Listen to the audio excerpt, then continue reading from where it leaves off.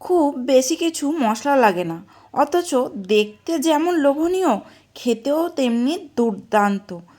মাছ মাংসের স্বাদকে হার মানাবে এমন একটা সয়াবিনের রেসিপি নিয়ে আজকে আমি আপনাদের সামনে হাজির হয়েছি। নমস্কার বন্ধুরা, কেমন আছেন সবাই? লিপিকাস কিচেনে আপনাদের সবাইকে স্বাগত। আজকে আমি আপনাদের সাথে একটা সয়াবিনের দুর্দান্ত স্বাদের রেসিপি নিয়ে হাজির হয়েছি। তো চলুন দেরি না করে শুরু করা যাক। প্রথমেই আমি জল ফুটিয়ে তার মধ্যে 200 গ্রাম সয়াবিন দিয়ে দিলাম সেদ্ধ করার জন্য। মিনিট 3-4 সময় ধরে এই সয়াবিনটা সেদ্ধ করে নেব। তার মধ্যে দিয়ে দিলাম সামান্য একটি লবণ। লবণটাকে জলের সাথে মিশিয়ে নিয়ে এবার সয়াবিনটাকে সেদ্ধ হতে দেব। 4 মিনিট পর ফিরে এলাম। সয়াবিনটা এখন দেখুন সেদ্ধ হয়ে ডাবল সাইজের হয়ে গেছে। এবার জল থেকে ছেঁকে ছেঁকে সয়াবিনগুলোকে তুলে ঠান্ডা করে নেব। সয়াবিনগুলো ঠান্ডা হয়ে গেলে এর মধ্যে যে জলটা আছে সেগুলোকেও এরকম হাতের সাহায্যে নিংড়ে নিংড়ে ঝরিয়ে নেব।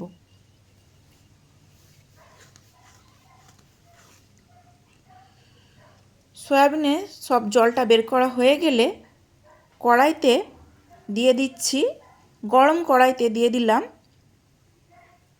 সর্ষের তেল। আপনারা এটা সাদা তেলেও রান্নাটা করতে পারেন। এবার এর মধ্যে প্রথমে আলুটা দিয়ে কিছুক্ষণ ভেজে নেব। আলুটায় সামান্য রং ধরতে শুরু করলেই এর মধ্যে সয়াবিনটা দিয়েও ভেজে নেব। আলু আর সয়াবিনের কাঁচা গন্ধটা তাহলে চলে যাবে, যার ফলে তরকারির টেস্টটা কিন্তু আরও বেড়ে যাবে। তাই চেষ্টা করবেন সয়াবিন আর আলুটাকে প্রথমে এইভাবে ভেজে নেওয়ার।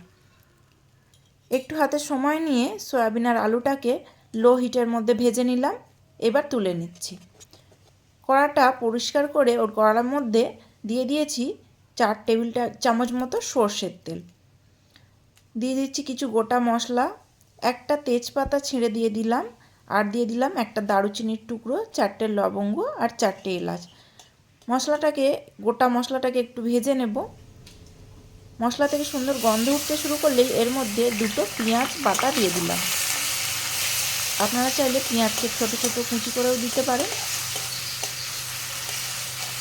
পেঁয়াজের কাঁচা গন্ধটা চলে গেলে এর মধ্যে দিয়ে দিচ্ছি 1 চামচ আদা বাটা আর 1 চামচ রসুন বাটা। আপনারা আদা রসুনটাকে গ্রেট করেও দিতে পারেন। আদা রসুনের কাঁচা গন্ধটা চলে গেলেই এর মধ্যে দিয়ে দিচ্ছি 2টো টমেটো কুচি। টমেটোগুলোকে আমি ছোট ছোট টুকরো করে কেটে নিয়েছি, আপনারা চাইলে পেস্ট করেও দিতে পারেন। টমেটোর কাঁচা গন্ধটা চলে গেলেই কিছু গুঁড়ো মশলা দিয়ে দিচ্ছি। রঙের জন্য দিয়ে দিলাম 1 চামচ হলুদ গুঁড়ো, 1 চামচ কাশ্মীরি লঙ্কার গুঁড়ো, ঝালের জন্য দিয়ে দিলাম 1 চামচ লঙ্কার গুঁড়ো, ঝালটা আপনাদের স্বাদ অনুযায়ী দিয়ে দেবেন। দিয়ে দিচ্ছি 1 চামচ জিরে গুঁড়ো আর 1 চামচ ধনে গুঁড়ো স্বাদের জন্য, আর দিয়ে দেব স্বাদ মতো লবণ। সব মশলাগুলোকে খুব ভালো করে মিশিয়ে নিয়ে একটু লো হিটে কষে নেব। আর মশলাগুলো যাতে নিচে থেকে ধরে না যায় তাই এর মধ্যে সামান্য একটু জল দিয়ে দেব। খুব অল্প করে জলটা দিলাম যাতে মশলাটা যাতে ভালোভাবে কষতে পারি।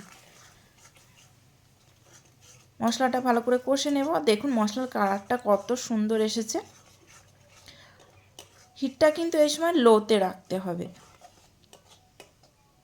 ভালো করে মশলাটা কষা হয়ে গেলে এর মধ্যে দিয়ে দেব 3 চামচ টক দই। টক দইটা কিন্তু আগে থেকেই আমি খুব ভালো করে ফেটিয়ে রেখেছি। আপনারা যদি গ্যাসে রান্না করেন এই সময় গ্যাস ওভেনটাকে অফ করে দিতে পারেন। অফ করে দিয়ে দইটা মশলার সঙ্গে মেশাতে পারেন, নইলে দইটা কেটে যাওয়ার সম্ভাবনা থেকে যায়।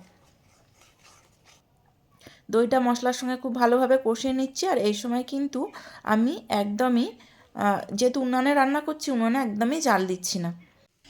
টমেটো আর দইয়ের টকটাকে ব্যালেন্স করার জন্য এখানে একটু সামান্য চিনি দিয়ে দিলাম। সব কিছুকে খুব ভালোভাবে মিশিয়ে নিয়ে একটু কষে নিয়েই এর মধ্যে দিয়ে দেব ভেজে রাখা সয়াবিন আর আলুটা। সয়াবিন আলুর সঙ্গে মশলাটাকে খুব ভালোভাবে কষিয়ে নেব। আর এই কষতে কষতেই কিন্তু অর্ধেক রান্নাটা হয়ে যাবে।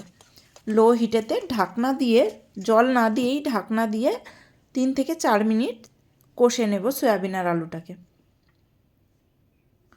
4 মিনিট পর ফিরে এলাম, আর এখনই দেখুন তরকারিটা কত সুন্দর দেখতে হয়েছে। যেহেতু সয়াবিন কারি হচ্ছে সেজন্য এর মধ্যে বিশেষ জল দেব না। জল দেওয়ার আগে দিয়ে দিলাম একটু ভাজা মশলার গুঁড়ো, ওই 1 চামচ মতো। সব কিছুকে ভালোভাবে মিশিয়ে নিয়ে এর মধ্যে দিয়ে দেব এবার পরিমাণ মতো জল। এখানে আমি 1 বাটি আগে জল দিয়ে দেখে নিলাম কতটা প্রয়োজন। দেখলাম আরও 1 বাটি জল দিতে হবে। তো আরও 1 বাটি জল দিয়ে ভালোভাবে মিশিয়ে নিয়ে এবার এর মধ্যে দিয়ে দিলাম 1 চামচ বাটার।